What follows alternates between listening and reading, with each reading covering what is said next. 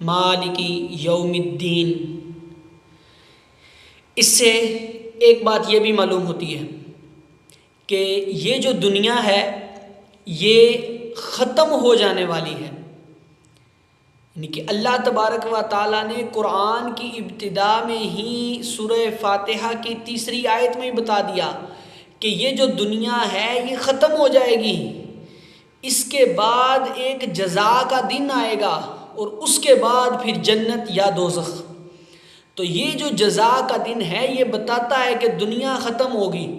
دنیا میں جو کچھ بھی ہے، آج تک کتنے لوگ آئے، بڑی بڑی نیتیں کر کے آئے کہ ہم ہزاروں سال جئیں گے، مگر مر گئے اور دنیا آگے بڑھتی گئی۔ ایک دن دنیا بھی ختم ہو جائے گی، تو ہمیں اس ختم ہو جانے والی دنیا کے پیچھے نہیں لگنا، بلکہ ہمیں تو اللہ تبارک و تعالیٰ کی اطاعت میں لگنا ہے، اس قرآن کی اطاعت کرنی ہے کہ قرآن میں جو رب کا فرمان ہے ہم نے اس کو ماننا ہے، نہ کہ ہم دنیا کی روش پہ چل پڑیں۔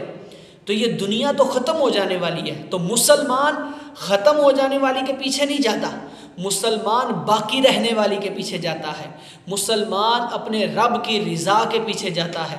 اللہ تعالی ہمیں اپنی رضا عطا فرمائے، آمین بجاہ النبی الامین صلی اللہ علیہ وآلہ وسلم۔